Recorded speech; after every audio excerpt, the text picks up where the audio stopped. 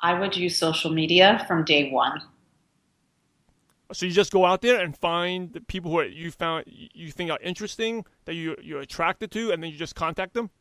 Well, no, I mean, I'm not spamming people. I'm building relationships. The point of social media is not to just, throw your products, throw up all over people, right? It's the Right. same as if you were at a networking event, you're not going to do that all, either.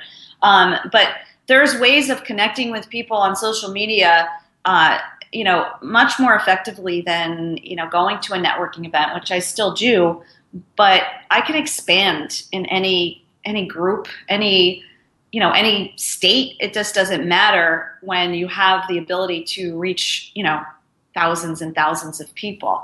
And one of the things that I learned is, really, if you're not willing to be bold and step out of your comfort zone, but always be humble, always be authentic, then people can read through that. If you're trying to be somebody that you're not, and this is offline or online, then it's just not going to work. You're not going to attract those people that you truly want to partner with. And I think it's really important, especially on social media or just in general for your business, is to have, an avatar, know the qualities of the person that you're looking for, whether it's for your products or services or your business opportunity, but know the qualities of the people that you're looking for, and then ask yourself, do I have those same qualities? Because if I want to attract someone who's like me, and so I know the qualities that I have, and I know the qualities I'm looking for, and I always want to stand in integrity.